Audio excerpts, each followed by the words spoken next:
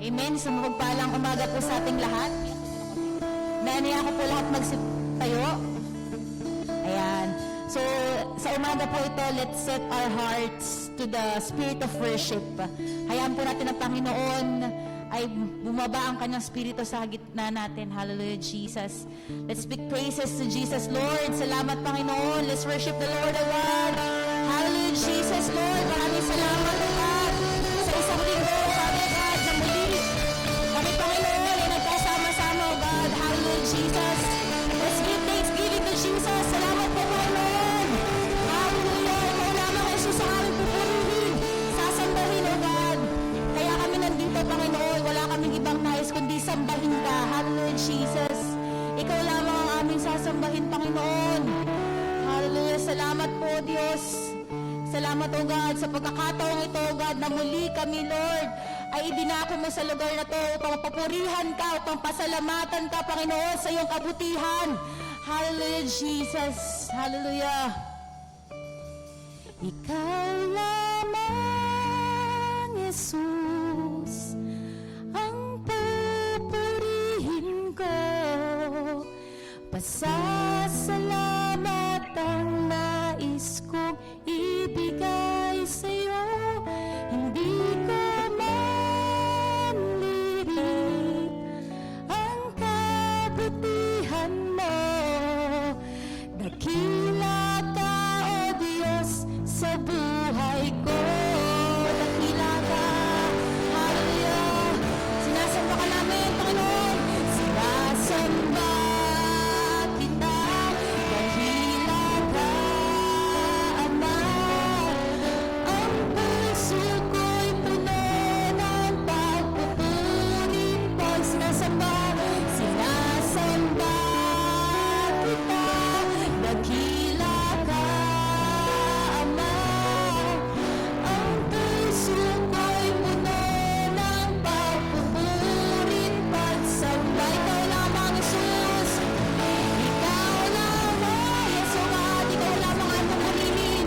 Ang pupurihin ko. Pasasalamat ang nais kong ibigay sa'yo. Hindi ko manlirit ang kabutihan mo.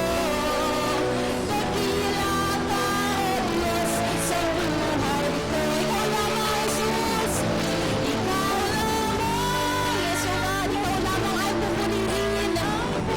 Pasasalamat sa iyo, Panginoon. Pasasalamat ang nais kong ibigay sa'yo. Hindi ko manlirit ang kabutihan mo. Dakila ka, O Diyos, sa buhay ko. Dakila ka, Diyos. Dakila ka, O Diyos, sa buhay ko. Dakila ka. Dakila ka, O Diyos, sa buhay. Let's sing. Dakila ka, O Diyos. Dakila ka, O Diyos, sa buhay. Dakila ka, Panginoon. Dakila ka, O Diyos, sa buhay ko.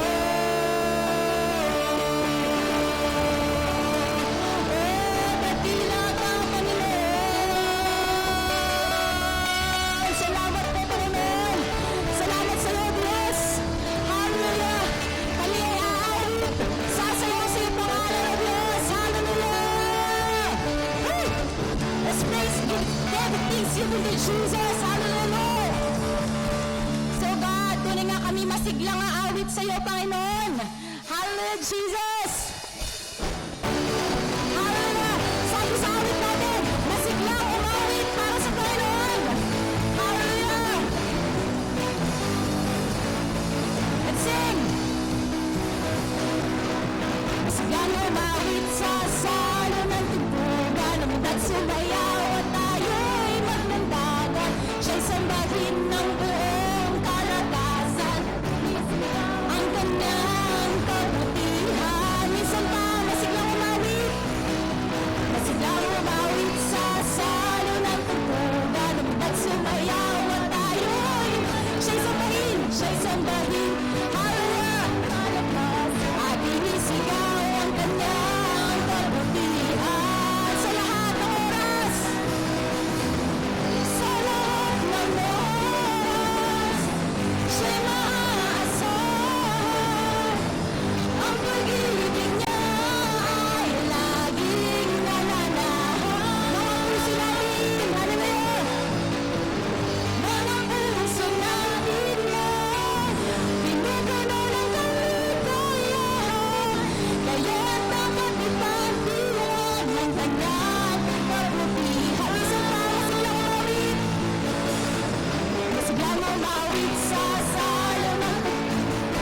sumayaw at tayo'y magmanda sa isang bahid ng buong kalakasan natin isigaw ang kanyang kabutihan sa lahat ng oras.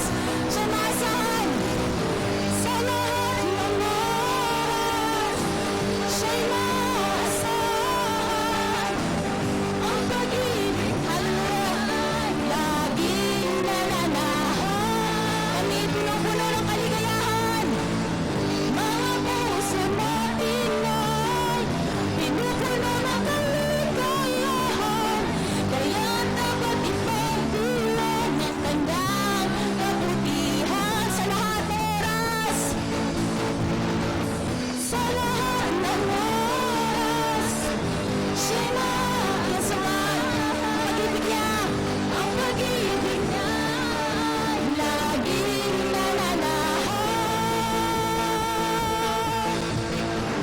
Mga puso natin ay pinupuno ng kaligayahan. Kaya dapat ipagdiwang ang kanyang kabutihan. Masiglang umawit sa salim ng tungkulad, umitag sumayaw at tayo'y maglandagan. Siya'y sambahin ng buong kalakasan, ating isigaw ang kanyang kabutihan. Sa lahat ng oras, Diyos, siya'y maasahan. Ang pag-ibig niya ay laging nananahan. Mga puso natin ay pinupuno ng kaligayahan. Kaya dapat ipagdiwang. Hallelujah! Kalungkutan mo yung pinawi ng Diyos. Let's sing! Kalungkutan ko iyong yasagan. Salamat Panginoon. Talaga nang ipinalit. At sa puso ko ngayon ay laging may bagong awit ng pagpupuri. Kalungkutan ko iyong tagalaay talaga nang ipinalit. At sa puso ko ngayon ay laging may bagong awit ng pagpupuri. Salamat sa Panginoon! Hallelujah! Pasasalamat ang alay ko sa'yo, walang katulad ang kabutihan mo. Binigyang kulay ang buhay kong ito, ako'y magsasaya. Pasasalamat, pasasalamat ang alay ko sa'yo, walang katulad ang kabutihan mo. Binigyang kulay ang buhay kong ito, ako'y magsasaya. Kalungkutan ko yung pinawi, pagkakaluya sugat. Salamat Panginoon sa kagalakan. Hallelujah! At sa puso ko ngayon ay laging may bagong awit ng pagpupuri sa'yo. Hallelujah! Sugat iyong pinawi, kagalakan ang ibinalik. At sa puso ko ngayon ay laging pasalamat sa'yo, Panginoon. Pupuri sa'yo. Pasasalamat ang alay ko sa'yo, walang katulad ang kabutihan mo. Binigyang kulay ang buhay kong ito, ako'y magsasaya. Pasasalamat pagkat pasasalamat ang alay ko sa'yo, walang katulad ang kabutihan mo. Binigyang kulay ang buhay ko. Salamat sa Panginoon. Ako'y magsasaya.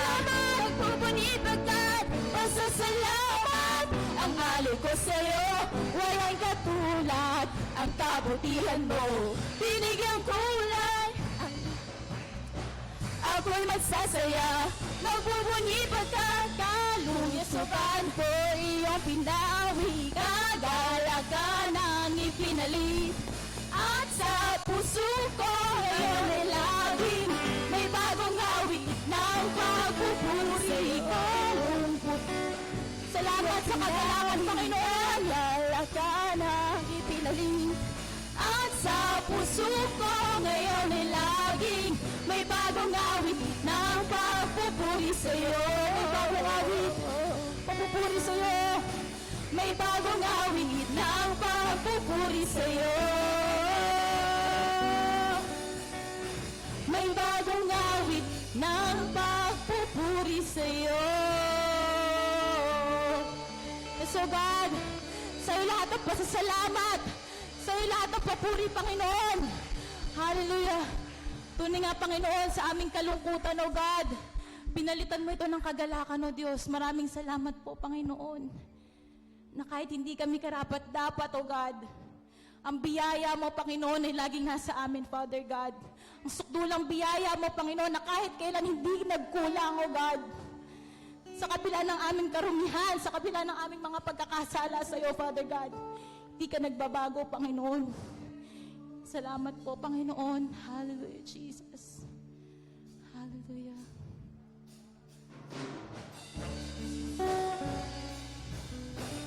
We worship you this day, Lord.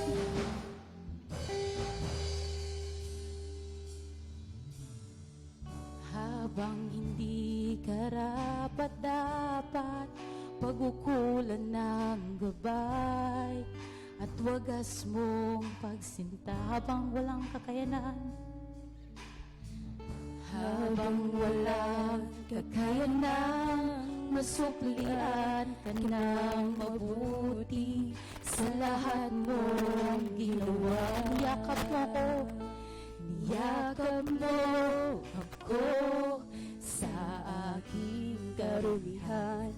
Inibig mo ako nang di kayang tumbasan, O Diyos ng katarungan at katuwiran, na kahit minsan di nabahiran ng kabanalan, kaluwalhatian.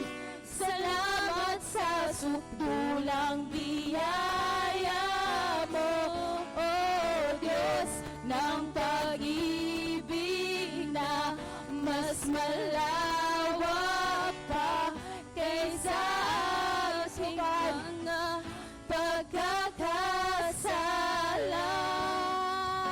Higit pa sa buhay ko, salamat sa sukdulang biyaya mo. Salamat, Panginoon. Habang hindi karapat-dapat, pag-ukulan ng gabay, at wagas mong pagsinta habang walang kakayanan. Habang walang kakayanan, masuklian ka ng mabuti sa lahat mong ginawa. Niyakap mo ako, Panginoon. Niyakap mo ako sa aking inibig mo ako, Panginoon. Salamat po. Inibig mo ako nang di kayang tumbasan, O Diyos ng katarungan at katuwiran, na kahit minsan di nabahiran ng kabanalan. Salamat sa sukdulang biyaya mo, Panginoon. Salamat sa sukdulang biyaya mo, O Diyos ng pag-ibig. Salamat sa pag-ibig mo, Panginoon. Pa kaysa aking mga pagkakasala. Higit pa sa buhay na ito, Panginoon, ay ibabalik namin sa iyo, God. Salamat po. Salamat sa sukdulang biyaya, O Diyos ng katarungan at katuwiran, na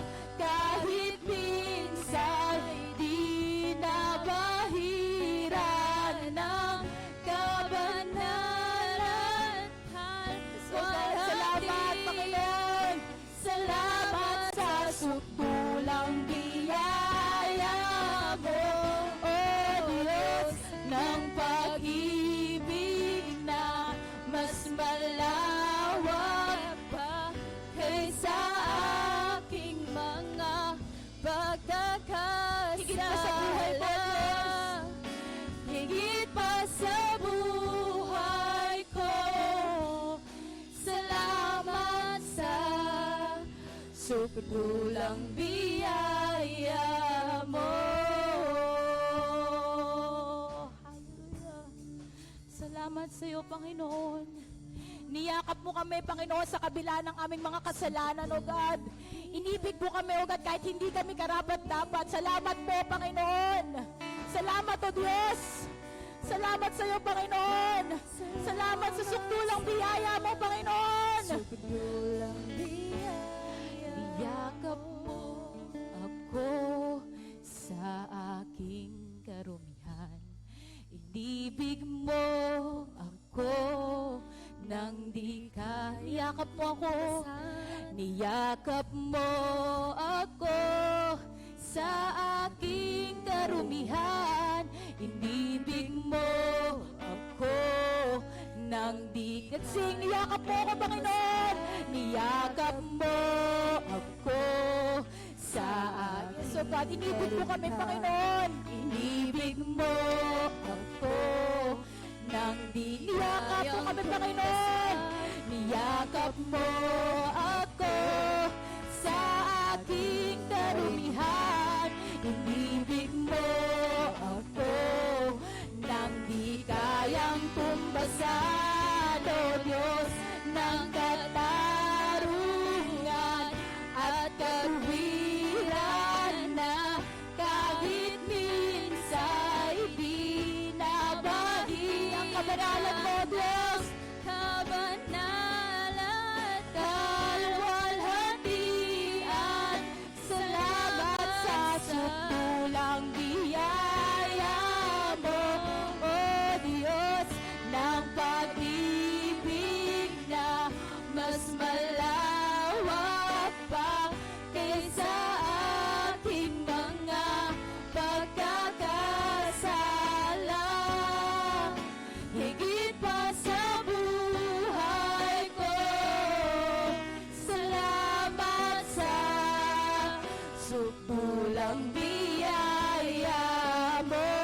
Salamat, Panginoon. Salamat sa iyo, Diyos. Salamat sa sukdulang biyaya mo. Salamat, Panginoon. Salamat sa kagalingan, O God. Salamat sa kalakasan, O Diyos. Salamat sa sukdulang biyaya mo. Salamat, Panginoon, sa pagpapala. Salamat, Panginoon, sa buhay na pinagkaloob mo sa amin, O God. Salamat sa sukdulang biyaya. Salamat, Panginoon, sa aming mga kalakasan. Salamat, Panginoon, sa presence namin mga anak, sa aming mga magulang, O God. Salamat, Panginoon, sa kabutihan mo, O God. Hallelujah, Jesus. Salamat sa iyo, Panginoon. Salamat po. Salamat sa sukdulang biyaya mo.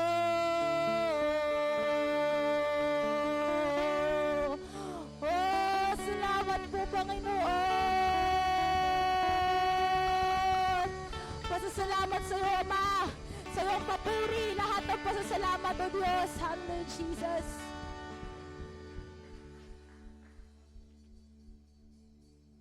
Amen, hallelujah.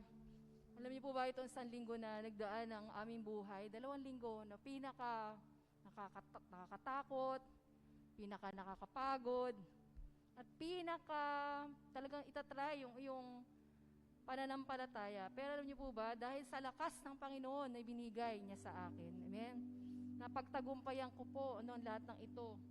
Pero kung wala si Lord, di ba, lalo akong lumapit sa Kanya, lalo akong nagpuri sa Kanya, lalo po ako na nagbabad sa presensya ng Panginoon.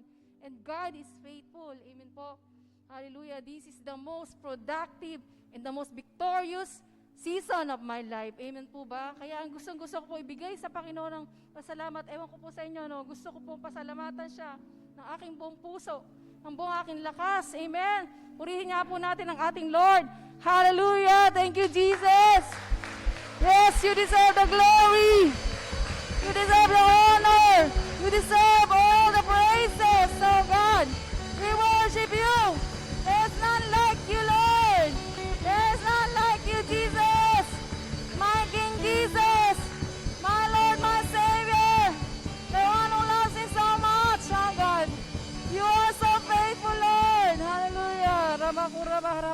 Masyarabasande, Lord. Thank you, God. Hallelujah. Salamat po, Panginoon, sa katapatan mo, Panginoon, sa amin. Thank you, Lord, that you love us with an everlasting love. Panginoon, kahit na kami nagkukulang, hindi karapat-dapat, minahal mo kami, niyakap mo kami. Panginoon, kahit makasalanan pa kami, Lord, at hindi nagbabago ang pagmamahal mo sa amin. At ang gusto mo, Lord, yakapin kami. Gusto mo kaming palakasin. Gusto mo kaming pagpalain ng higit pa sa kaya naming isipin, Panginoon, at hilingin sa iyo, O God. Hallelujah, Lord Jesus. Kaya nga po, Panginoon, ngayong umaga, sa iyo lang ang papuri namin. Sa iyo lang ang pagsamba namin. Sa iyo lang ang aming lakas, ang buhay. Panginoon, inialay namin sa iyo, O God. Hallelujah. Sa umagang ito, salamat po sa presensya mo. Panginoon, marami, Lord, na mga kapatid namin ang nahihirapan. Lord, merong mga may sakit. Lord, sa mga sandaling ito, nag-aalay kami ng pananalangin sa kanila. Lord, that you touch them, Lord God. Hallelujah. Heal them, Lord, sa kanilang mga sakit, Panginoon. Ang lahat ng mga lingkod mo, Diyos, hallelujah, na may mga karamdaman. Hallelujah, may mga pangailangan, mayroong mga discouragement, maraming mga mananampalataya bumibigay na, Lord, sa dami ng kanilang problema, Panginoon, ng mga takot at mga uncertainty ng buhay. Panginoon, palakasin mo po, O God. Lord, hallelujah, kaming pinalakas mo ngayon, Panginoon, nananalangin sa kanila, O God. Hallelujah, abutin niyo po sila sa kanilang mga kalagayan. Panginoon, ngayong umaga, as we, Lord God, lift your name, Lord, in this place, O God. Let the Holy Spirit continue to minister to your people, O God. Hallelujah. Encourage us, Lord. Hallelujah. Strengthen our faith in you, O God. Hallelujah. In your word, Lord. Hallelujah. Ang likod mo na itatayo sa aming kalagitnaan, Panginoon, puspusin mo po siya ng iyong kapangyarihan. And let your word, O God, hallelujah, do His marvelous works in our lives, O God. Hallelujah. Salamat po at saan man, O God, nagdiriwang, Panginoon, maging online man ito, Lord, maging, Lord God, face to face. Panginoon, ma-celebrate namin ang goodness mo, O God, at maipalagana, Panginoon, ang mga salita mo at ang kapangyarihan ng kaaway ay humina, Panginoon, as the word, O God, is being spoken, O God. The enemy loses its power, Lord. Hallelujah. Panginoon, salamat po, Ama, at dalangin ko po ang patuloy na paglukob ng iyong banal na presensya at ng iyong banal na dugo sa bawat isa sa amin nandito, Lord God. Protect us from the evil one, O God, from all viruses, O God, in the hands of your faithful servant, O God, who dwells in the most holy place. Lord, regularly the virus melts, O God. The bacteria, Lord, dies, O God. Hallelujah. Panginoon, maraming salamat po, O God. Let the shield, Lord, of your holy presence and the holy angels surround us today as we worship you, O God. Panginoon, maraming salamat po, O Panginoon. Ibinabalik namin sa iyo mataas na kapurihan para salamat. Sa makapangyarihang pangalan ng iyong anak na si Jesus, ang lahat po ay magsabi ng Amen at Amen. Palakpakan po natin ang ating Panginoon.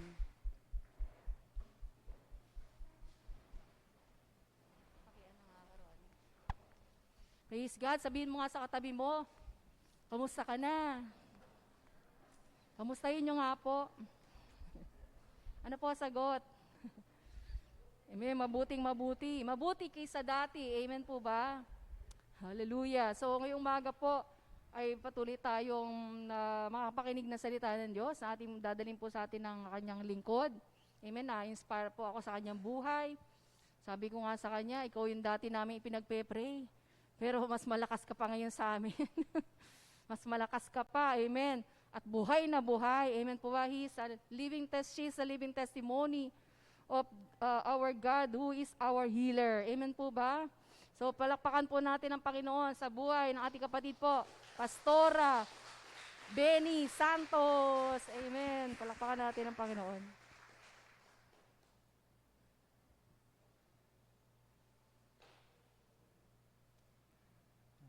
Salamat po, Pastora.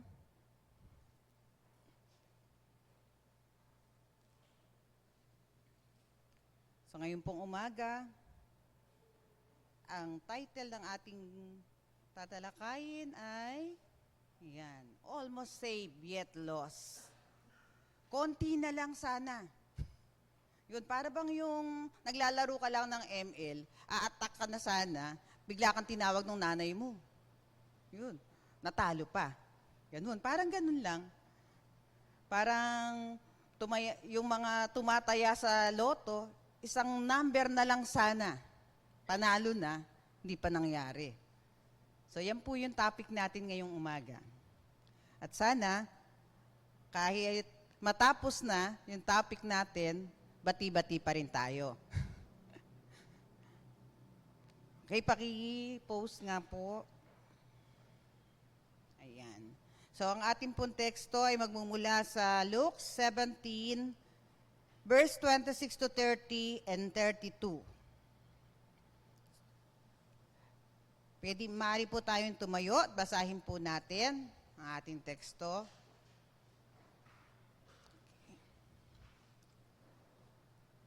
Kung ano ang mga ginawa ng mga tao nung kapanahunan ni Noe, ay ganoon din ang gagawin ng mga tao sa araw ng pagbabalik ko na anak ng tao. 27, sa panahon nga ni Noe, wala silang inaatupag, kundi ang magsaya, nagkakainan sila, nagiinuman at nag-aasawa, hanggang sa araw na pumasok si Noe sa barko. Dumating ang baha at nalunod silang lahat. 28, ganon din noong kapanahunan ni Lot, ang mga tao ay nagkakainan, nagiinuman, nagninegosyo, nagsasaka at nagtatayo ng mga bahay. Hanggang sa araw na umalis si Lot sa Sodom. At pagkatapos, umulan ng apoy at asupre mula sa langit at namatay silang lahat doon sa Sodom. Ganyan din ang mangyayari sa araw ng pagbabalik ko na anak ng tao. 32, alalahanin ninyo ang nangyari sa asawa ni Lot. Tayo po'y manalangin. Hallelujah, Lord God. Pinupuri ka namin, pinasasalamatan sa umagang ito, Panginoon. Lord, sa umagang ito, hinihiling ko po ang pagbubukas mo sa aming mga isipan, sa aming mga pandinig, sa aming mga puso. Gawin mo pong ang aming mga puso na pusong madaling turuan, Panginoon. Sa pusong marunong magpakumbaba, marunong kumilala ng aming mga pagkakamali. Oh, hallelujah, Lord God. Salamat po, Panginoon, sa pagkakataon na pinagkaloob mo sa akin, Panginoon, na gamitin mo bilang iyong vessel, bilang tagapaghatid ng iyong mensahe ngayong umaga, Panginoon. Lord, turuan mo po kami sa mga dapat naming gawin ngayong mga huling araw. Maraming pong salamat sa iyo, Panginoon. Sa iyo ang papuri, pasasalamat sa pangalan ni Jesus. Amen. Pari na pong maupo.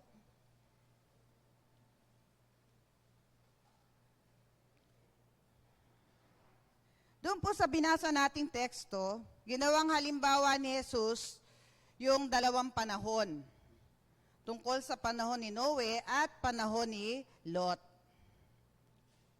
Kung nagbabasa po tayo ng Bible, nabasa natin doon yung mga ginagawa ng mga tao noong panahon na yon. At kung ikukumpara natin sa panahon natin ngayon, makikita natin na magkapareho lang. So balikan po natin yung sa Genesis chapter 6 verse 5 to 6. Sabi po dito, nang makita ng Panginoon na ang ginagawa ng mga tao sa mundo ay puro kasamaan lang at ang palagi nilang iniisip ay masama, nang hinayang siya kung bakit ginawa pa niya ang tao sa mundo. Labis ang kalungkutan niya. Ngayon kaya, hindi kaya nanghihinayang ang Diyos? O ganon din yung nararamdaman niya ngayon? Ganyan po ang ating mundo ngayon, laganap ang kasamaan. Di po ba, pag nanonood tayo ng TV, yung balita, mapapanood natin yung ginagawa ng tao ngayon. Yung pagpatay sa kanila, para na lang pumapatay ng manok. Wala kang makitang kaunti man lang na pagkaawa doon sa mga tao. Hindi rin sila marunong matakot. Hindi natatakot na makasakit o makapatay ng kapwa-tao. Nakikita natin sa balita yung mga pangangamkam ng lupa, pangungurakot, panggagahasa at iba pang mga kasamaan. So homosexuality is rampant in our world today. Sa mga schools, lalo na po sa college, tinatanggap na nila yung mga babae na nakadamit panlalaki. Naka-uniform, ang uniform nila panlalaki. Yung mga lalaki na pumapayag din sila na nakasuot ng pambabae. Yun ang uniform. Tanggap na ng lipunan ang homosexuality. Di ba sa ibang bansa, ikinakasal na nga sila. Buti nga dito sa atin, hindi pa eh. Pero sa ibang bansa, ikinakasal na yung parehas ng gender. Hinahangaan pa sila. Ginagaya pa nga eh.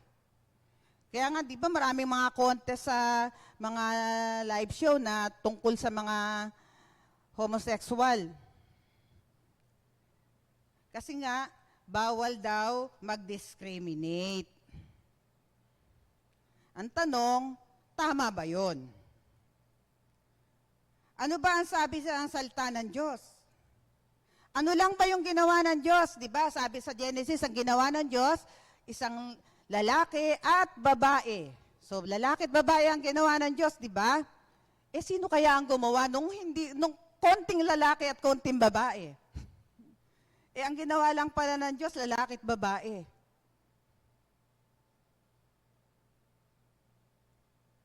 Ang abortion po, tanggap na rin ngayon. So, salamat naman dito sa atin, hindi pa. Pero parang minsan may nabasa ako na mayroon natang nag-aakda na pahintulutan na rin, gawin na rin legal ang abortion. Kasi daw, sa ibang bansa, legal na. Eh tayong mga Pinoy, mahilig tayong manggaya. Kaya, yun ang binabalak. Gusto nang gawing legal dito sa atin ang diborsyo. Pero kung titingnan natin, wala nga ang diborsyo dito sa atin. Pero may annulment naman. Di ba parehas lang yun? Wala nga ang diborsyo, may annulment naman, pwede naman magpa-annul. Ano ba sabi sa Bible? Di ba sabi, ang pinag-isa ng Diyos ay di pwedeng paghiwalayin ng tao. So ito po yung mga paniniwala ng mga tao sa panahon ngayon. At kahit nung unang panahon, kung nakita natin, nagbasa tayo sa panahon ni Lot, napakaraming mga homosexual doon. Diba? Nung dumating yung nung pinuntahan siya nung dalawang anghel, lahat daw nung lalaki doon sa Sodom nagpunta kila Lot para kuhanin yung dalawang anghel at sisipingan daw nila. Lalaki din yung anghel. Oh. Kaya nung panahon na yun, very rampant na rin. So, sabi nga po doon sa binasa natin kanina, balikan po natin sa Luke chapter 17, verse 27, sa panahon nga ni Noe, wala silang inaatupag, kundi ang magsaya. Nagkakainan sila, nag-iinuman at nag-aasawa hanggang sa araw nang pumasok si Noe sa barko. Dumating ang baha at nalunod silang lahat. So makikita po natin that they are so consumed with their own way, their own agenda. The sad part of it ay nang ma-realize nila yung kanilang pagkakamali, it was too late to get on the boat. Sarado na yung pinto. So too late, kaya walang ibang nakaligtas kundi ang pamilya ni Noe. So sa verse 28 po, ganon din noong kapanahunan ni Lot. Ang mga tao ay nagkakainan, nagiinuman, nagninegosyo, nagsasaka, at nagtatayo ng mga bahay. Hanggang sa araw na umalis si Lot sa Sodom. Ito po yung pang-araw-araw na ginagawa ng mga tao, di po ba? Kahit naman ngayon yun ang ginagawa. Mag-inuman, kahit nga may liquor ba, nakakapag-inuman pa din Magsaya. Kasi daw masasayahin ng mga Pinoy. Magnegosyo, magtrabaho, abalang-abala tayo sa ating pang-araw-araw na gawain na gaya nung panahon ni Noe at ni Lot. Hindi nila nalalaman ng mga tao noon na lilipulin na pala sila ng Diyos. Kung titingnan natin yung mga nakalista, parang wala namang mali. Doon sa mga nakalista, tama lang naman na magtrabaho tayo, di ba? Tama lang naman na magnegosyo. Tama lang naman na paminsan-minsan magsaya ka. Anyway, marami namang gumagawa ng ganito eh. Kahit nga mananampalataya, ginagawa to, di ba? Ano yung gusto ni Jesus na malaman natin? Bakit ito yung minention niya? Gusto ni Jesus na malaman natin na sa kanyang pagbabalik ay maaaring maratnan niya tayong hindi handa.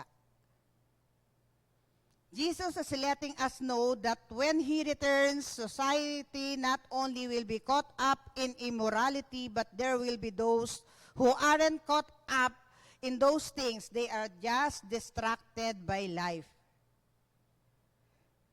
Hindi natin makikita yung mga palatandaan ng pagbabalik ng Panginoon. Bakit? Kasi masyado tayong okupado ang ating atensyon sa maraming mga makamundong bagay. Kaya hindi natin makita. Sabi po sa Mateo chapter 24 verse 42 and 44, yan. Kaya't maging handa kayo dahil hindi ninyo alam kung kailan darating ang inyong Panginoon. Sa 44, kaya't lagi kayong maging handa sapagkat darating na ang Diyos, ang anak ng tao sa oras na hindi ninyo nalalaman. Jesus is soon to come. Naniniwala po ba kayo? Ayan. Huwag nating hayaang madistract tayo sa maraming mga bagay. Huwag na nating hayaang maubos ang oras natin sa pag-aaway-away. Sa kanyang pagbabalik, kailangan na makita niya tayong naghihintay ng may katapatan. Don't be caught distracted, fulfilling your own desire, pursuing your own way. Sabi nga po, di ba, kaya't lagi kayong maging handa. Darating ang anak ng tao sa oras na hindi ninyo nalalaman. Paano nga kaya kung mangyayari yung ganito? Mangyayari yung ganito sa atin, wala na tayong magagawa. Biglang dumating ang Panginoon, hindi tayo nakahanda. Ano maaari lang natin gawin nun? Umiyak. Umiyak at magtagis yung ngipin sa panghihinayang. Pero wala na tayong magagawa dun. At sabi nga po dun sa huling verse na binasa natin kanina, alalahanin ninyo ang nangyari sa asawa ni Lot. Ano ba ang nangyari sa asawa ni Lot? So balikan po natin yon sa Genesis chapter 19 verse 17. Pagkatapos, isa sa mga anghel ay nagsabi, ligtas ninyo ang inyong sarili. Huwag kayong lilingon o hihinto sa kahit saan dito sa kapatagan. Tumakbo kayo papunta sa bundok para hindi kayo mamatay. Sa 26, lumingon ang asawa ni Lot kaya ginawa siyang haliging asin. So sa school po, sa school natin, sa mga pinag-aaralan natin sa school, tinuturo sa atin ng mga guro yung tungkol sa mga bayani, di po ba? Para raw yun ay magsilbing modelo natin.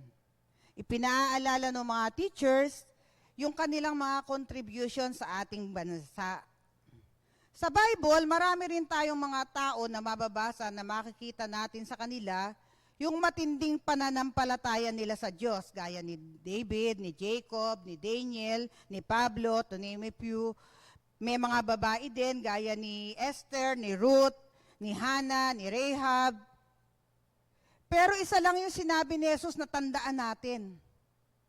Isa lang yung sinabi ni Jesus na tandaan ng kanyang mga disipulo. Itong babae nito na hindi binanggit yung kanyang pangalan. Ni-research ko nga po yan baka ako meron Ni-research ko kung may pangalan na. Kung natuklasan ako na ano pangalan ng asawa ni Lot, wala talaga. Talagang nameless siya. Kilala lamang siya bilang asawa ni Lot. Sabi po doon, alalahanin ninyo ang nangyari sa asawa ni Lot. Bakit kaya? Ano yung dapat nating alalahanin?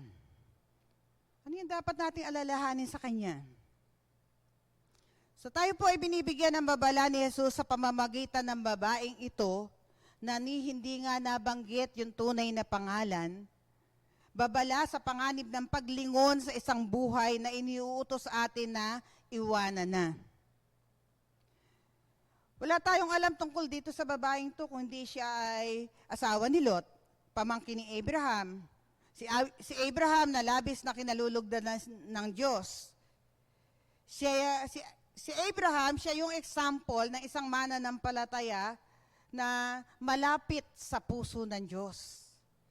Yun namang asawa ni Lot, example daw yon ng isang mananampalataya na nasa nguso lang ang pananampalataya pero wala sa puso. Pero anong meron sa kanya at gusto ng Diyos na tandaan natin siya? Kung nabasa po natin, kailan ba binanggit ni Jesus to? Yung panahon na pinag-uusapan nila, yung second coming. At yung hindi pagiging handa ng mga tao.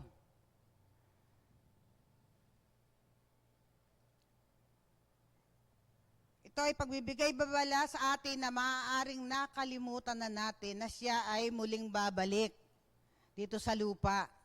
Kaya masyado tayong mga relax. So may mga warning po yan na ibinigay sa atin. Yan, nakasulat po dyan, babala.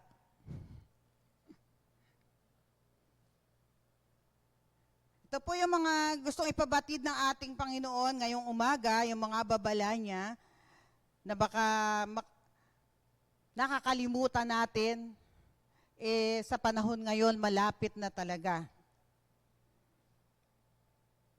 Number 1, the danger of delusion, maling paniniwala. Yun po ang isang pagkakamali ng asawa ni Lot. Marahil, inakala niya na siya ay mayroon ng kaligtasan. Dahil kasi lagi niyang kasama yung mga taong malalapit sa Diyos, kagaya ni Abraham, saka nung kanyang asawa. Samantalang siya, kahit malapit siya dun sa mga taong yun, ang lifestyle niya hindi naman nabago. Yung paniniwala niya, yung values niya, taliwas sa itinuturo ng Scripture tungkol sa pagiging isang tunay na anak ng Diyos. So marami po sa atin ngayon ang ganyan ng paniniwala. Gaya ng asawa ni Lot na naniniwala na sila ay ligtas na. Marami yung sinasabi na sila ay ligtas na pero hindi tinatanggap yung katuruan tungkol sa impyerno. Hindi rin naniniwala na kay Jesus natin makakamit ang tunay na kaligtasan. Di po ba kaya nga pag kami namatay, ipinagdarasal yung kaluluwa ng mga namatay. Naniniwala kasi sila na pag namatay daw ang isang tao, hanggat hindi pa nakaka 40 days, nasa purgatorio pa daw yun. Yung kaluluwa ng taong namatay, kaya ipinagdadasal nila. Naniniwala sila na may purgatorio, pero meron po bang ganun sa Bible? Di ba wala? Kaya patuloy nila ipinagdarasal upang mahango daw yung tao na yon sa purgatorio at madala sa langit. Di po ba pag nagdadasal sila, tinatawag nila yung kung sino-sinong mga santo, pati nga hindi santo, may kasama pa dong Torre ni David, bahay na, ay naginto yata yun. Oh, may kaban pa nga naman ng tipan. Humihingi sila na bakit natawag yun? Humihingi kasi sila ng saklolo sa mga santo at doon sa mga yon upang mailigtas yung mahal nila sa buhay na namayapa na. Kaya nga pagdating ng 40 days, naghahanda sila. Kasi raw, nakarating na raw sa langit yung kaluluwa nung namatay. Naniniwala sila sa Diyos, pero hindi naniniwala sa sinasabi ng Bible. Pinipili lang nila yung sinusunod sa salita ng Diyos. Kaya hindi sila tunay na nagre-repent at kadalasan mas nagtitiwala pa sila sa kanilang sarili kaysa sa Diyos. So sa ganito pong mga pagkakataon, dapat nating suriin ang ating sarili, ang ating pananampalataya. Nasa tamang daan ka nga ba papunta sa langit? Number 2 po, The danger of delay. Yung bang saka na lang susunod, saka na lang maglilingkod, kasi bago lang yung tayo kong negosyo eh. Hindi ko pa alam kung gagana ba yun o ano, kailangan subaybayan kong mabuti. Kaya saka na lang, pagka okay na yung negosyo ko. Kasi bagong kasal lang ako eh. Gusto ko munang i-enjoy yung buhay namin, mag-asawa. Kasi maliit pa yung anak ko eh. Hindi ko pa maiwan. Kaya saka na lang. Dinidelay yung pagsunod. Puro saka na. Pero ano po ba sabi sa Lucas chapter 13 verse 25? Sabi po, kapag ang pinto ay sinarana ng pinuno ng sambahayan, magtiis kayong nakatayo sa labas at katok ng katok. Sasabihin ninyo, Panginoon, papasukin po ninyo kami. Ngunit sasabihin niya sa inyo, hindi ko kayo kilala. Malinaw po rito na sa pagbabalik ng Panginoon, isasara niya ang pintuan ng kaligtasan para doon sa mga idinidelay, yung mga pagsunod, mga paglilingkod. At kahit maghihiyaw pa tayo sa labas, hindi niya tayo papapasukin, hindi niya bubuksan yung pinto. So nakita po natin dito yung dahilan kung bakit makakaligtas na sana yung asawa ni Lot. Pero hindi pa nangyari. Bakit? Hindi kasi siya sumunod. Di po ba nabasa natin yon? Nandun na sila sa Sowar eh. Nung siya lumingon. Sabi nga sa Genesis 19, verse 17, huwag silang lilingon. Matigas ulo niya eh, lumingon siya. So maaaring sabihin ng iba, ano ba naman? Maliit lang naman yun, maliit na bagay. O nga, maliit na bagay lang yun. Lumingon lang eh. Ba't kailangan parusahan ng ganun? Maliit na bagay nga lang ba yun? Apo natin.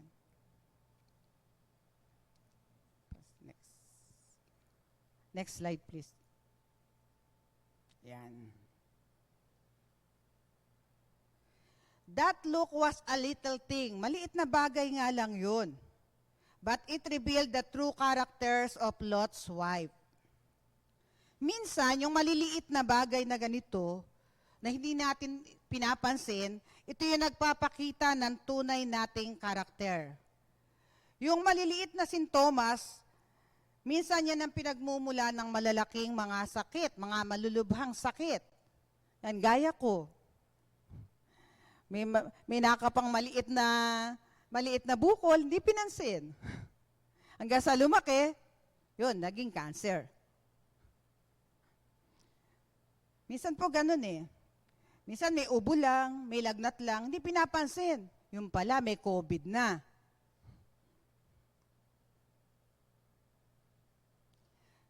Di po ba si Eva? Kumagat lang naman siya ng kapraso lang eh. Maliit lang yung kinagat niya eh. Doon sa prutas na ipinagbabawal ng Panginoon. Pero yun ang pinagsimulan ng kanilang pagiging makasalanan. Dahil doon, napalaya sila sa paraiso. Konti lang naman eh, maliit lang. Next, maliit na bagay lang yung paglingon, pero it told of disobedience in Lot's wife. So, di po malinaw ang sabi ng anghel sa pamilya ni Lot, huwag lilingon. Hindi yun sinunod ng asawa ni Lot. Sabi po sa 1 Samuel chapter 15 verse 22, sinabi ni Samuel, akala mo ba higit na magugustuhan ni Yahweh ang handog at hain kaysa ang pagsunod sa Kanya? Mas mabuti ang pagsunod kay Yahweh kaysa paghahandog at ang pakikinig ay higit sa haing taba ng tupa. Ang pagsuway sa Kanya ay kasinsama ng pangkukulam at ang katigasan ng ulo'y tulad ng pagsamba sa Diyos-Diyosan. Sapagkat itinakwil mo ang salita ni Yahweh, itinakwil ka rin niya bilang hari. So sabi po dyan, mas nalulugod ang Panginoon. Saan? Sa pagsunod kaysa sa handog. At pagka pala matigas yung ulo natin, katumbas pala yun ng tayo ay sumasamba sa mga Diyos-Diyusan at nangungulam. So nyo yun, ganun pala yun. Mas gusto ng Diyos ang nakikinig at sumusunod sa Kanya. Merong mga tao po na ang katuwiran, ganito. Hayaan mo nang hindi ako magsimba muna. Papadala ko na lang yung aking tithes. Ganon din yun. Magpapadala naman ako ng tithes eh. Matutuwa kaya ang Diyos doon? Yung tithes niya present pero siya wala. Di ba sabi diyan, mas pinahahalagahan ng Diyos yung pagsunod kaysa sa handog. Ano ba inyuutos ng Diyos sa atin? Sabi po doon sa Exodo chapter 20 verse 8, lagi mong tandaan at ilaan para sa akin ang araw ng pamamahinga. Ulitin ko po, lagi mong tandaan at ilaan para sa akin ang araw ng pamamahinga. Nasusunod po ba natin yon? Kayo nakakaalam nun. Nasusunod ninyo. Sasabihin, kasi naman sister, nag-pandemic. Kaya hindi ako nakakasamba. Pwede na ngayon eh. Saka bago nag-pandemic, nandito ka rin ba noon, bago nag-pandemic? Di ba, wala rin. Oo. Kaya nga sabi ko, baka pagkatapos ko, magkakagalit na tayo eh. Pero kahit ano po kasing tanggi ko, pilit ako mahanap ng ibang verse, ito talaga eh. Mahirap nga eh, ayoko nga sana eh. Marami akong makakagalit, ayoko ng kagalit. So maliit na bagay lang yun, but it told of proud unbelief in Lot's wife. Pinagdudahan ng asawa ni Lot ang Diyos. Nagduda siya kung wawasakin nga kaya ng Diyos ang Sodom. Parang hindi siya naniniwala na kailangan na nilang umalis agad. Sabi niya, hindi man lang ako nakapag-impake.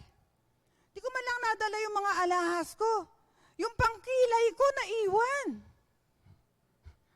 Sabi ng asawa niya, ba't kailangang magmadali? Hindi natin mapiplease ang Diyos kung wala tayong pananampalataya. Sa oras na isipin ng tao na mas magaling siya kaysa sa Diyos, na hindi totoo yung mga babala ng Diyos, his soul is in great danger. Minsan may mga nangyayari sa ating buhay na hindi natin alam kung bakit pinahihintulutan ng Diyos na mangyari. Ang dapat lang natin gawin, manangan tayo sa Kanyang salita. That look was a little thing, maliit na bagay lang, but it told of secret love of the world in Lot's wife. Ang kanyang puso ay nasa Sodom, kahit na siya ay yung kanyang katawan nasa labas na ng Sodom. Lumingon siya kahit ipinagbabawal, kasi hindi niya maiwan yung masarap niyang buhay sa Sodom. Nasa Sodom ang kanyang kayamanan, kaya nandoon din ang kanyang puso. Di po ba yan yung sabi sa atin sa Mateo chapter 6 verse 21? Sapagkat kung saan naroroon ang iyong kayamanan, naroroon din ang iyong puso. Sa Santiago chapter 4 verse 4, ang sino mang nagnanais na maging kaibigan ng sanlibutan ay kaaway ng Diyos. At sa 1 John chapter 2 verse 15, huwag ninyong ibigin ang sanlibutan o ang mga bagay na nasa sanlibutan. Ang umiibig sa sanlibutan ay hindi umiibig sa Ama. Every age is said to have its own peculiar epidemic disease. The epidemic disease to which the souls of Christians are liable. This epidemic disease is the love of the world. It is a pestilence that walks in darkness and is sickness that destroys at noondays. Maraming ganito. Gaya ng asawa ni Lot. Hindi naman siya adulterer, hindi rin siya mamamatay ng tao, hindi siya magnanakaw. Pero bakit siya naparusahan? Dahil sa pagmamahal niya sa sanlibutan. Mayroon dating maalab ang pananampalataya, pero sa bandang huli, nanlamig. Bakit nagkaganon? Hindi ba sila naniniwala sa Bible? Hindi ba sila naniniwala sa salita ng Diyos? Hindi po, naniniwala sila doon. Ano naging dahilan? Because they have caught the epidemic disease. They are infected with the love of this world. And next danger, danger of distractions. Sinabi ni Jesus sa kanyang mga disciples sa Mateo chapter 5 verse 13, kaya ang asin, kayo ang asin ng sangkatauhan, ngunit kung ang asin ay mawala na ng alat, paano pa ito mapapaalat muli?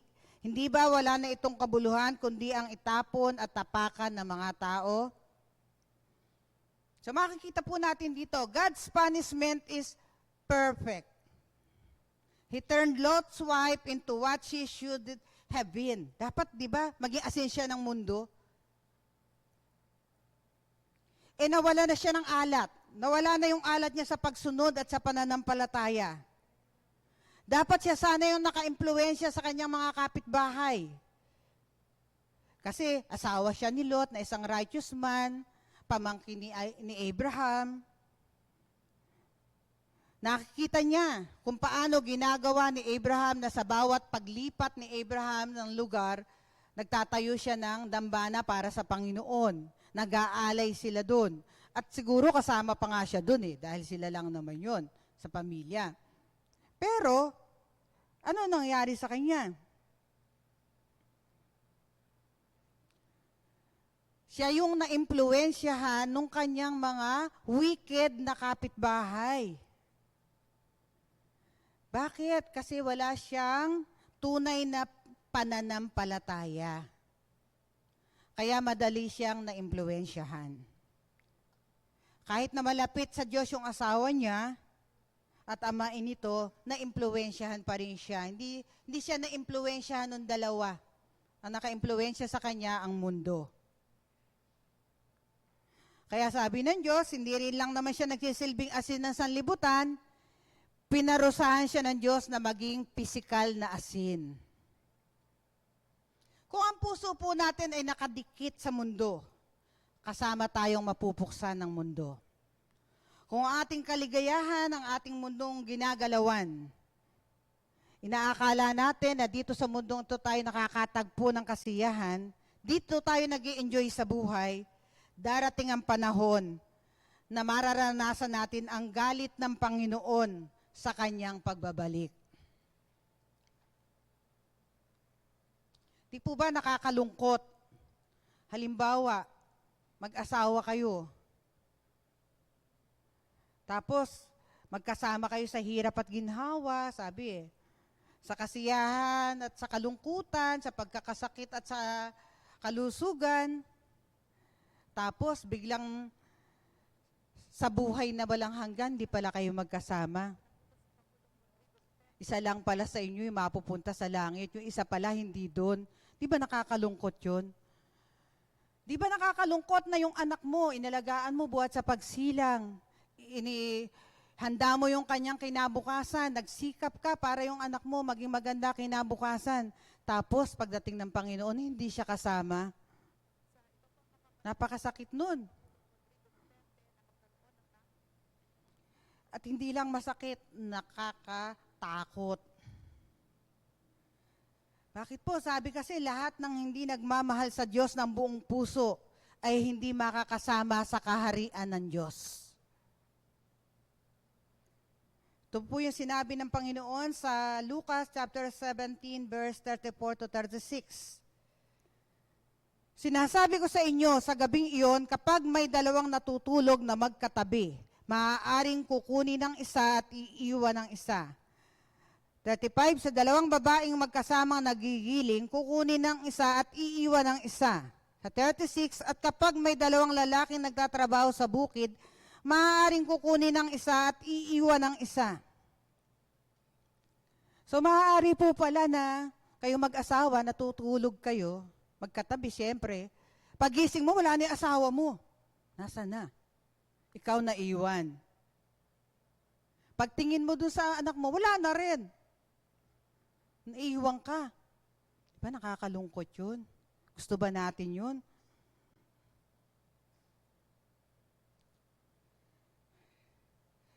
If you cling to the world and can help but look back to it, you must perish in your sins.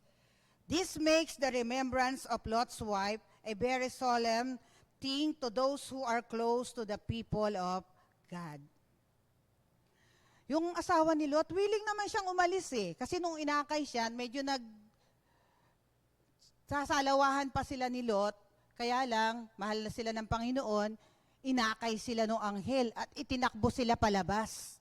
So sumama siya, so willing siyang umalis. So malayo-layo na yung kanilang natatakbo. Sabi nga, nandun na nga daw sa Zoar, pero biglang lumingon yung asawa ni Lot. Bakit nag-isip kasi siya? Sabi niya, baka naman hindi pa ngayon yun. Baka naman bukas pa. Bakit ba nagmamadali kasi sila ng pag-alis? Kukunin ko muna yung mga naiwan ko doon. Kaya siya lumingon eh. Iniisip niya, tiningnan niya kung talaga nga bang totoo yung sabi ng Panginoon na ngayong oras na to yun. Baka hindi pa eh. Sabi niya, baka kaya hindi naman totoong tutunawin eh. Baka sabi lang yun. Kaya ano ginawa niya? Nilingon niya, sinigurado niya. Yun nga lang, paglingon niya, naging haliging asin siya. Gusto niya kasing balikan yung mga mahalagang bagay na meron siya dun sa Sodom. Kaya ang babaeng to, malapit na sana na makaligtas, hindi pa nakaligtas. Konti na lang sana, nakaligtas na, di pa nangyari. Diba nakakapanghinayang yon? Konti na lang eh. Muntik na. Muntik nang makaligtas, pero hindi nangyari. Gusto nyo rin bang maranasan yon? Yung muntik na, konti na lang. Ligtas ka na. Konti na lang sana, ligtas na yung asawa mo. Konti na lang sana, ligtas na yung anak mo. Pero hindi pa nangyari. The next is, kasunod pong babala, the danger of departure. So, ang hatak po ng mundo, talagang matindi yan. Maraming mga bagay sa mundo na hindi natin napapansin na hinahatak na pala tayo palayo sa eternity. Pabalik na pala tayo sa dati nating pagkatao, sa mga dati nating ginagawa nung hindi pa natin nakikilala si Jesus. Gaya nung asawa ni Lot, pabalik na pala tayo sa dating pinagmula natin. Pag nadarama po natin na hinahatak na tayo ng mundo, gaya na tayo ng mga dating tagasunod ni Jesus na tumalikod at hindi na sumunod sa Kanya. Di po ba merong instances sa Bible na binanggit doon na yung ibang mga tagasunod ni Jesus ay tumalikod na sa Kanya. Lumayo na. So, tularan po natin si Simon Pedro. Ano ang tugon niya? Nung tinanong sila ni Jesus kung ibig ba nilang umalis kagaya nung iba, sabi po niya sa John 6, verse 68 and 69. Sumagot sa kanya si Simon Pedro, Panginoon, kanino kami pupunta? Ikaw ang may mga salita ng buhay na walang hanggan. Kami sumasampalataya at nalalaman namin na ikaw ang banal na Diyos. So tularan po natin siya. Lalahanin natin na iisa lang yun. Iisa lang ang Diyos na dapat nating sundin. Iisa lang ang Diyos na dapat nating i-follow. Isa lang yung dapat nating sampalatayanan. Isa lang ang banal na Diyos lang. Si Jesus.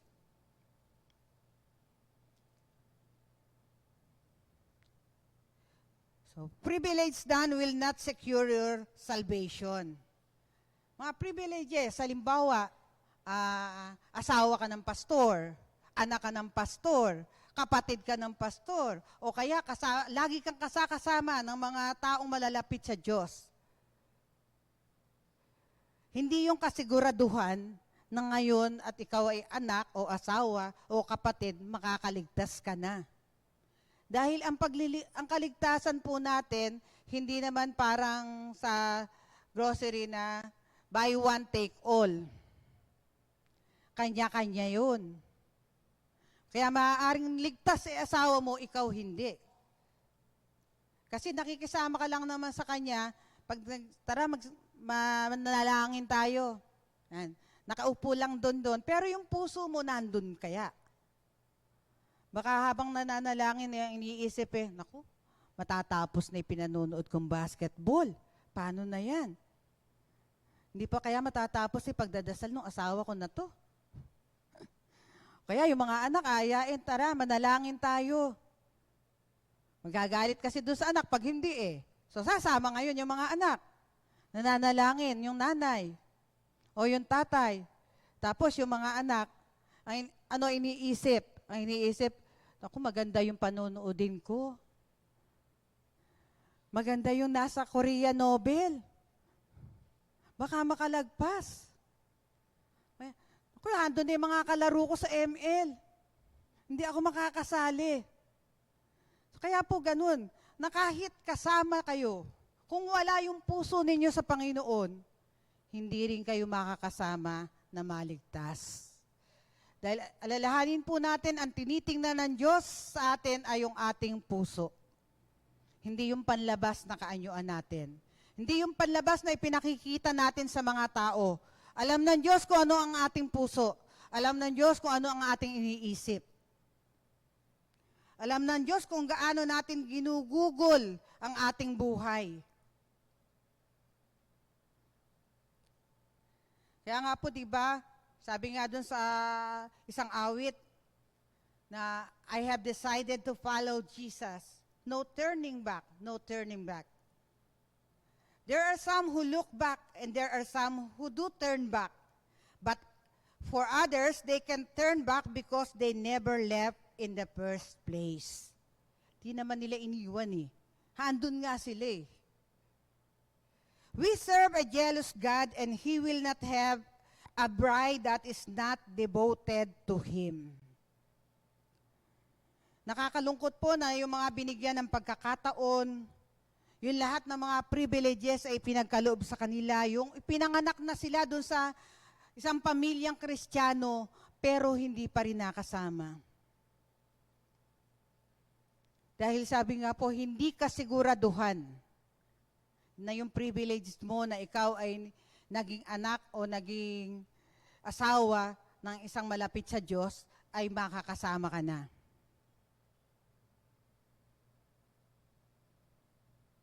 Yung asawa ni Lot, hindi siya namatay sa apoy at saka sa mga bato at asupre, namatay siya dahil sa attachment niya sa Sodom. Kung ngayon po may mga bagay na pumipigil sa atin upang sumunod, panahon na para bitawan natin ngayon. Ano yung mga bagay na kung darating na ngayon si Jesus ay magiging dahilan upang hindi niya tayo makasama sa kanyang kaharian? Ano po ba yun? Anong mga bagay yun? Isipin natin kung ano ba yun. Isipin po natin ngayon at hilingin natin na tulungan tayo ng Diyos upang maalis natin ito sa ating sistema. It's time to disconnect from this world. Panahon na para i-consider natin yung ating mga kaluluwa. Gusto ba natin na mapunta sa impyerno? Meron ba rito na gustong mapunta sa impyerno? O wala. Sabi, para ka daw di mapunta sa impyerno, do not be a lukewarm Christian. Ano ba yung lukewarm? So sabi po sa Revelation chapter 3 verse 16, alam ko ang mga ginagawa ninyo. Alam kong hindi kayo malamig o mainit. gusto ko sanang malamig kayo o mainit, ngunit dahil maligamgam kayo, isusuka ko kayo. Maligamgam. Ano yun?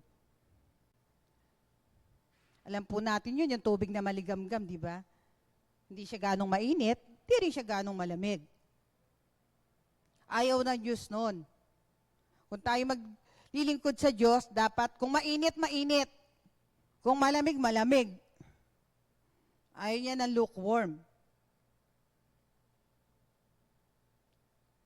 So hanggang kailan tayo maglilingkod sa dalawang Panginoon? Gusto nating mapabilang sa kaharian ng Diyos, pero mahal rin natin ang mundo. Alalahanin natin ang asawa ni Lot. Ano yung nangyari sa kanya? Naglingkod siya sa dalawang Panginoon, sa mundo at sa Diyos. Give to God all that we have. It's time to make a commitment to God. Siguraduhin natin na sa buhay natin hindi tayo magagaya sa asawa ni Lot. Ipanalangin natin na gabayan ng Panginoon ang ating puso, na huwag tayong mag-backslide, na ilayo niya tayo sa temptations ng mundo at i-focus niya ang ating paningin sa hinaharap. Let's look ahead toward heaven and salvation and leave our sins where they belong. They belong on the cross where they were sent to die forever. Ano ba yung mga nagba-backslide? Hindi man ikaw ako nag-backslide, nandito naman ako eh. Kahit daw po yung laging nasa church, meron ding laging nasa church na backslide. Kasi hindi siya sumusunod eh. Nandun lang siya. Nakagawian lang siguro. Pero backslider pa rin.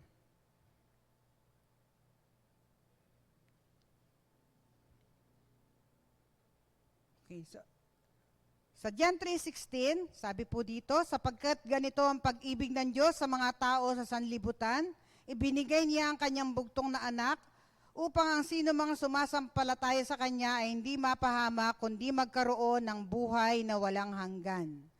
At sa verse 36, ang sumasampalataya sa anak ng Diyos ay may buhay na walang hanggan, ngunit ang hindi sumusunod sa kanya ay hindi magkakaroon ng buhay na walang hanggan, kundi mananatili sa kanya ang galit ng Diyos.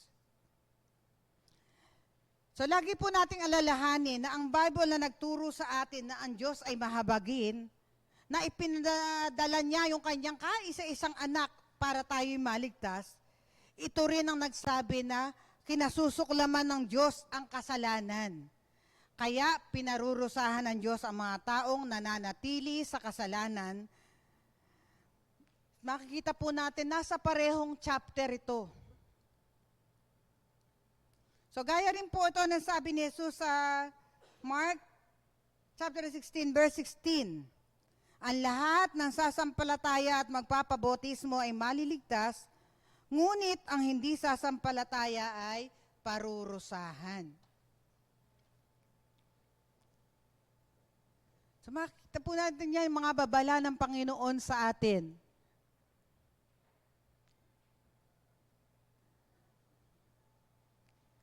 Ito po sa huling verse natin, Hebreo 12, chapter 12, verse 2. Yan. Ito po, sabi ng Panginoon, ituon natin ang ating paningin kay Jesus na siyang sandigan ng pananampalataya natin mula sa simula hanggang sa katapusan. Tiniis niya ang paghihirap sa krus at hindi niya ito ikinahiya dahil inisip niya ang kalagayang naghihintay sa kanya. At ngayon nga ay nakaupo na siya sa kanan ng trono ng Diyos. So ituon daw natin yung ating pananaw. Paano ba gagawin yun? Paano ba itutuon? So sa bawat gagawin po natin, isipin natin na ginagawa natin ang lahat ng ating ginagawa para sa Diyos. Hindi para sa anak mo, hindi para sa asawa mo, hindi para sa paligid mo, kundi yun ay ginagawa mo para sa Diyos. Kung ano man yung magiging pagkakamali mo, nagkamali ka, nagkasala ka dahil hindi mo sinunod ang Diyos. Kaya yung ating mga paningin, lagi nating ituon sa mga turo ng ating Panginoon. Paano gagawin? Pagising po natin sa umaga, una nating harapin ang ating Panginoon. Himingi tayo ng gabay kung ano ba yung nais niya na ipagawa sa atin nung araw na yon. Kung ano ba yung gusto niya na iwasan natin nung araw na yon. So nawa po ay patuloy nating pagbulay-bulayan ang mga babala sa atin ng Diyos upang tayo ay datnan niya na nakahanda. Nakahanda ang ating mga sarili sa kanyang pagbabalik. Totoong-totoo po, malapit na pagbabalik ni Jesus. Pag sinubaybayan natin yung mga nangyayari sa ating paligid, makikita natin yon pagka tayo nagbabasa ng Bible. Lahat ng palatandaan nandun na. Kaya malapit na talaga. Kaya nga last week, dapat sana ako, Pastor, masyado akong doon. Kasi yung mga balita nung kabi-kabi lang namamatay, kabi-kabi lang sakuna, kabi-kabi lang sabi ko, malapit na talaga. Parang hindi ko alam kung natatakot ako o na kasi parang ang hirap isipin na babalik na ang Diyos. Hindi ko sure, nakahanda nga ba ako? At yun ang dapat nating siguraduhin, nakahanda nga ba tayo? Baka akala lang natin nakahanda tayo pero hindi pala. So kaya po ngayong umaga, yan yung binigay sa ating mensahe ng Panginoon. Kasi mahal na mahal niya tayo. Gusto niya na tayong lahat sa kanyang pagbabalik ay makasama niya sa kanyang kaharian. Salamat po. Salamat sa mga babala na pinagkalob niyo sa amin. So, bago po tayo magtapos, awitan po muna natin ang Panginoon. Inaanyayahan ko po ang lahat na tumayo. Tayo po ay umawit. Awitin po natin to ng buong puso, yung totoo sa ating mga puso.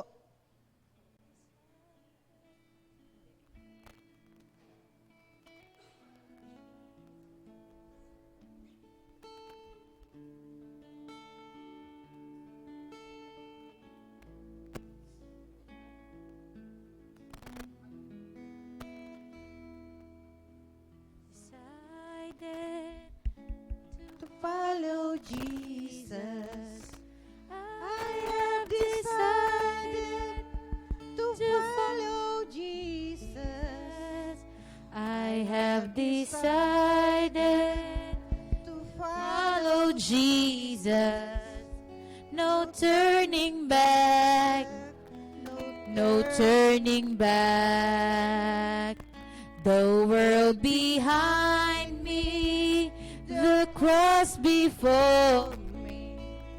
The world behind me, the cross before me. The world behind me, the cross before me. No turning back, no turning back. Will you decide now to follow Jesus? Will you decide now to follow Jesus? Will you decide now to follow Jesus? No turning back, no turning back. I have decided to follow Jesus. I have decided to follow Jesus. I have decided to follow Jesus. No turning back, no turning. My cross I'll carry. My cross I'll carry till I see Jesus. My cross I'll carry till I see Jesus. My cross I'll carry till I see Jesus. No turning back, no turning. I have decided to follow Jesus. I have decided to follow. I have decided to follow Jesus. No turning back. No turning back. No turning back. No turning back. No turning back. No turning back. No turning back.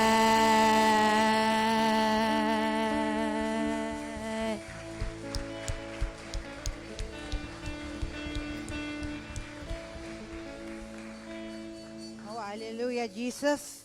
Salamat po sa mensahe ngayong umaga. Salamat po sa inyong mga paalala. Salamat po, Panginoon, na napatunayan namin ngayon. Mas napatunayan namin, Panginoon, ang iyong pagmamahal dahil sa mga paalalang ito. Nabatid po namin, Panginoon, na talagang mahal na mahal mo kami, na gustong-gusto mo kami, Lord, na makasama sa iyong kaharian. Salamat po sa mensahe, Panginoon. Salamat po sa laging pag-akay ninyo sa amin. Salamat po, Panginoon, na lagi mo kaming inililihis sa masasama at hindi mo ibig na matabunan ng aming mga kaabalahan ang iyong mga salita. Maraming salamat sa iyo, Ama.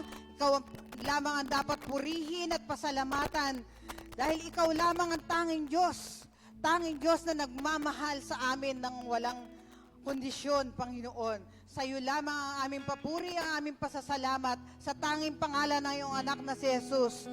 Amen.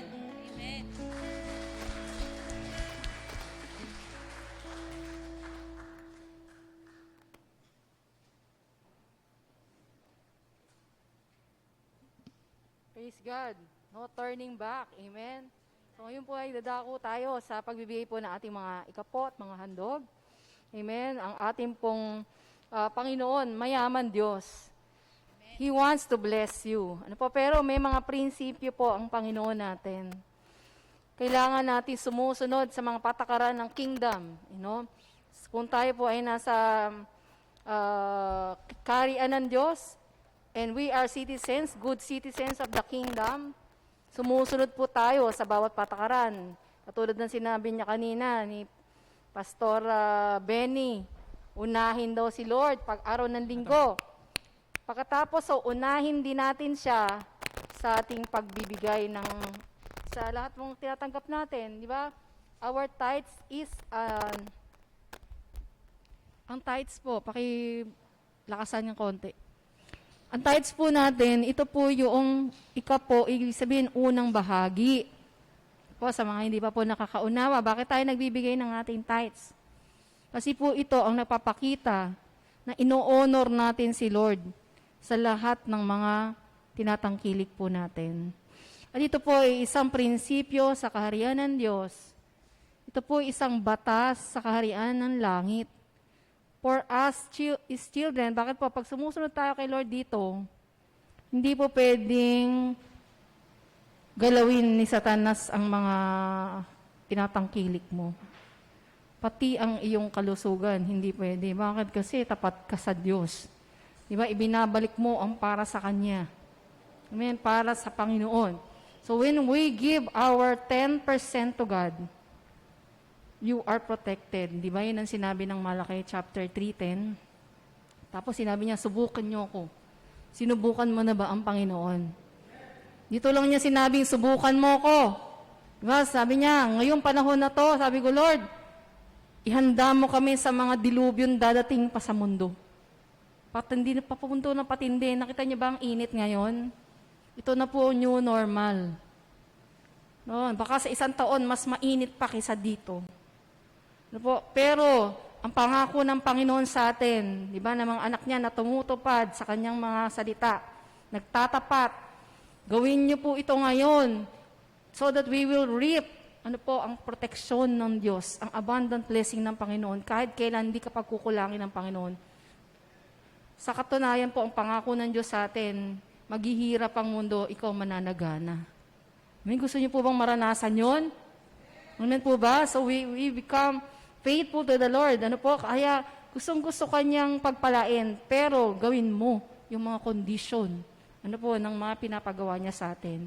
Kasi ito nagpapakita ng iyong pananampalataya sa Kanya. At alam natin ng Diyos, nalulugod po sa pananampalataya. Amen? Kailangan ba ng Diyos ang pera mo? Hindi niya kailangan yan. Ang kailangan niya ang pagsunod mo. Amen po ba?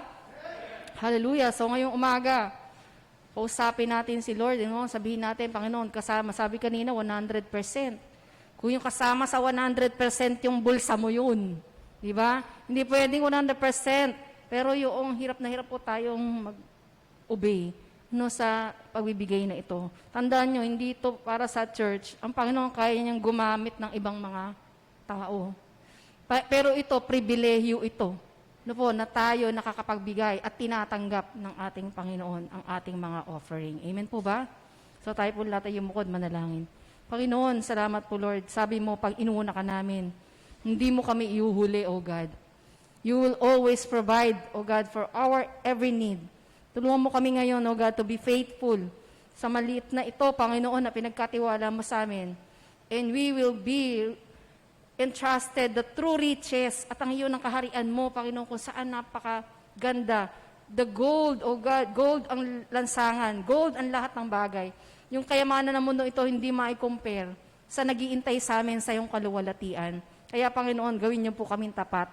And today, we will give our tithes and offering kasama nito, Lord, ang aming puso na nagmamahal sa iyo at gusto kang parangalan sa lahat ng bagay sa aming buhay. Salamat po, Ama. Pagpalain niyo po, Lord, ang lahat ng mga kamay na magkakaloob ngayong umaga. At ibalik mo sa kanila ang pagpapala, siksik, liglig at umaapaw. Sa iyo po ang kapurihan. Sa pangalan ni Jesus, Amen at Amen. God bless you.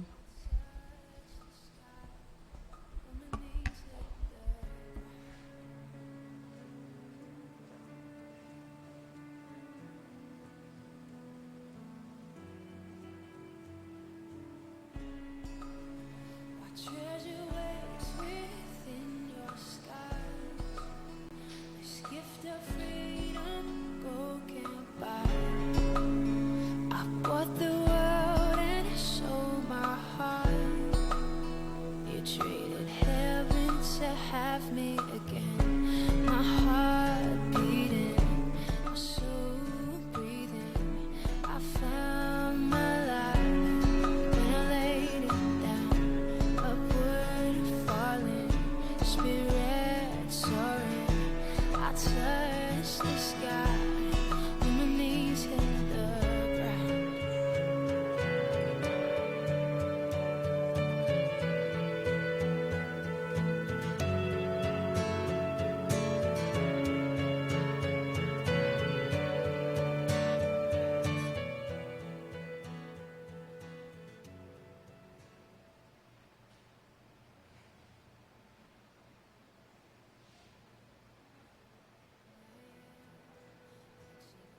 I surrender, come sweep me up. Pangulong Rodrigo Duterte na magkaroon ng National Day of Prayer sa Mayo at 30 mula alas 3 hanggang alas 5 ng hapon. Hinihikayat ng Pangulo ang lahat ng religious leaders na makiisa sa nasabing aktibidad. Pangungunahan ito ng Office of the Presidential Advisor for Religious Affairs o OPARA. Kasama sa ipapanalangin ay ang pagkakaisa ng lahat ng Pilipino, sitwasyon ng healthcare system, kapakanan ng frontliners at ang vaccine rollout. Isasagawa ang National Day of Prayer online sa pamagitan ng iba't ibang plataporma, kabilang na ang telebisyon, radyo at social media.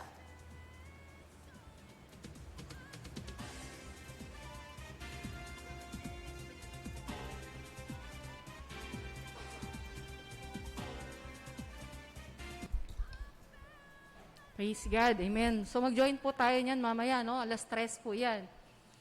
Bawal kasi ang mga mass gathering ngayon, kaya sa virtual na lang po. Meron po itong palabas sa PTB4, meron din po sa mga selected na mga radio station. No, basta po maka-in-tune po tayo. Meron din po ito FB Live.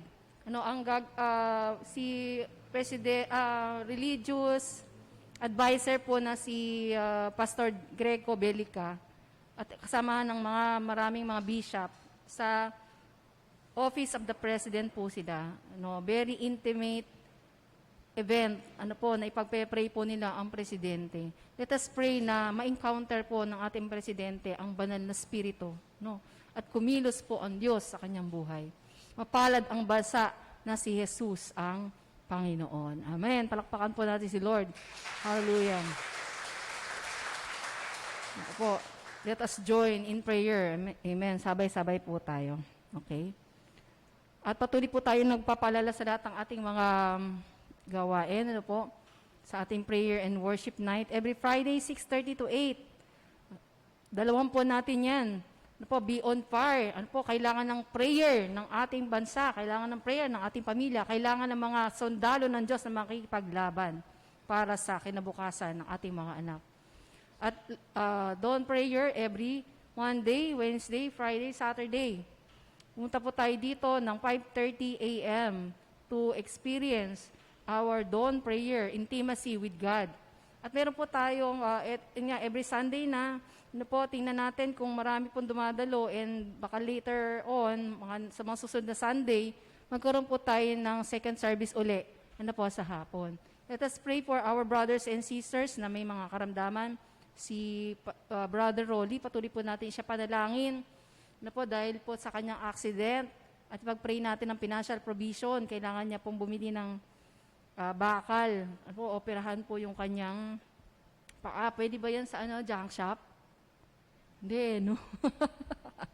Mahal 37,000. No? Bakal para po doon po. So, kailangan po yun. Pray po tayo. At kung kinakato kayo ng Panginoon, pwede po tayong magkaloob. Ano po? At balita po natin, si Pastor Jonah ay on his way to recovery. 3 days na po siyang antibiotic. Pang 4th day ngayon. Pero wala na po yung hingal niya. At siya po ay naglakad-lakad na no, sa buong bahay, sa labas ng compound, nung walang tao. Praise God. At salamat po sa inyong mga pananalangin sa Kanya. And also our beloved Pastor Bob Mutok ay okay na rin po. Lahat ng mga test niya, ang sugar niya, ang hinintay na lang po ay ang kanyang, yung matapos na po yung gamutan din sa pneumonia. And maging negative na po siya sa COVID-19. Ipag-pray natin ang kanyang pamilya na naka-quarantine sa mga sandaling ito. Amen. At patuloy po tayong manalangin para sa iba pang mga lingkod ng Diyos na may mga sakit. At sa ating mga kapatiran, si Apple, nandito. Tapos na ba operasyon mo? Na-opera ka na. Ipag-pray natin siya na hindi na siya ma-opera. Amen. Walang imposible sa Panginoon. Amen. So, pwede ka bang palapit dito, Apple, pagpe-pray ka namin?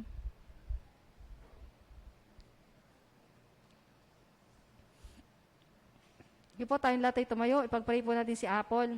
Meron po siyang bato sa apdo. Maliit lang naman yan eh. 6 millimeter. Gamunggo lang yung munggo lang. Kayang-kaya ni Lord yun. Si Tita Benny, cancer yun. Yan, sa'yo. Gallstone lang, gamunggo lang, 6 millimeter lang. Kayang-kayang tunawin ng Panginoon. Pag-pray po natin siya. Hallelujah. Yes, Lord, we acknowledge you. You are here, O God, in our midst, Lord. At ikaw, Panginoon ng Diyos, na nagpapagaling sa lahat ng mga karamdaman. Lord, dinideclare ko ang kagalingan, Panginoon, kay Apple, O God. Tinutunaw namin ang mga bato sa kanyang apdo. Panginoon, in the name of Jesus, dinideclare ko na hindi siya ma-opera, Panginoon, kundi siya, Lord. Hallelujah, ay gagaling, magpapatotoo na ikaw ang Diyos na himala. Panginoon, sa mga sandaling ito, puspusin niyo po siya ng banal na spirito, Lord. Tupukin niyo po. At Lord, tunawin, Panginoon, ang bato na yan sa kanyang apdo, sa pangalan ni Jesus. Thank you, Lord, for healing her, O God. Hallelujah. At maranasan niya, Panginoon, hallelujah, ang kapayapaang di malirip, tanggalin niyo po ang pag-aalinlangan na ini-inject ng diablo sa kanya. At patatagin niyo po at palakihin niyo po ang kanyang pananampalataya na nagpapalayas gaya ng kahit bundok, Panginoon. O God, in the name of Jesus. Panginoon, salamat po. I-cover mo po siya, pati ng kanyang pamilya, ng iba na dugo. Salamat po, Ama, in Jesus' name.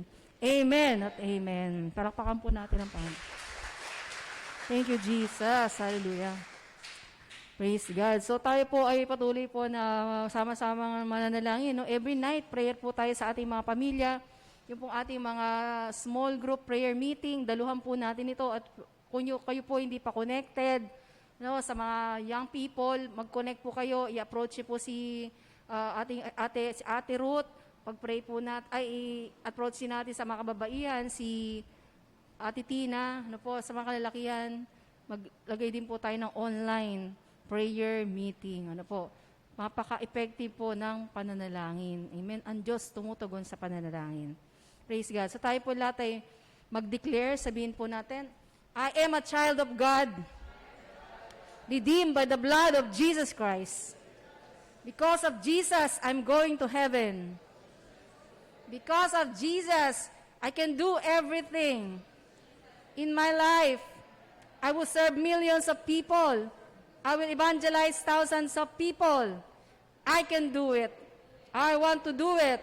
I will do it. Something good is going to happen to me today. In Jesus' name, I proclaim, God does everything. God does everything. God does everything. Amen. Amen. Amen. Praise God. Taas po natin mga kamay. Sa Panginoon, receive the blessing of the Lord. Hallelujah. May the Lord bless you and keep you. May the Lord smile upon you and be gracious to you. May the Lord turn His face towards you and give you peace now and forever. In the mighty name of our Lord Jesus Christ, the coming King, the Lord of Lords, the Almighty Father. To Him be all the glory. In Jesus' name we pray. Amen at amen. Amen. God is good. God is good all the time and all the time. God is good. Hallelujah. Lord, you are good. Woo!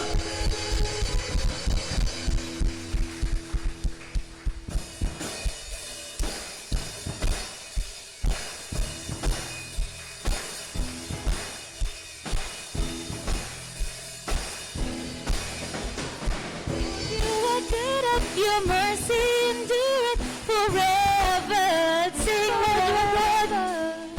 Lord, you are good of your mercy, endure it forever. People from every nation, people from every nation and tongue, from generation to generation, we worship you. Hallelujah.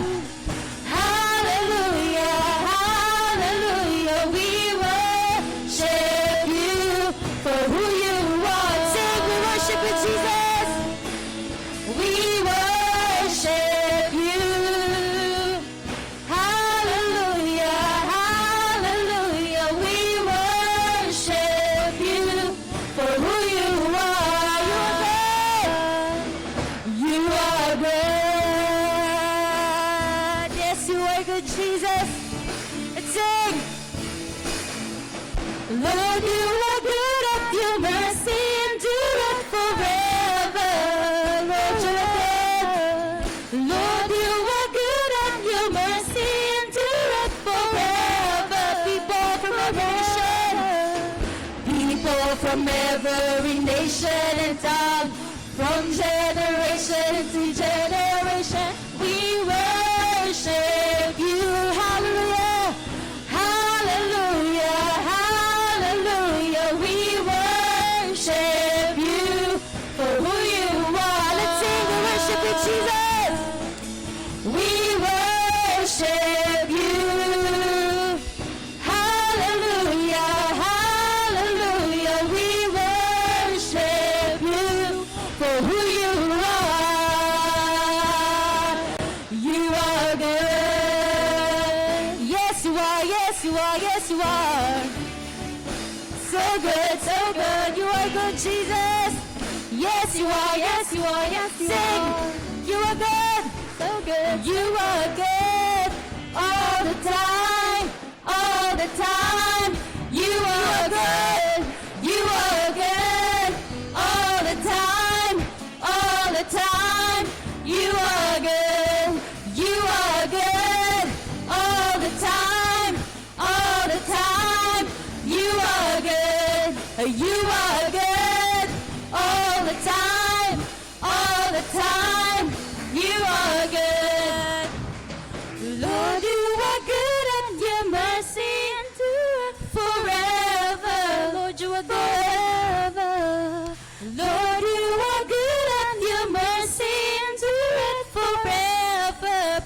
from every nation.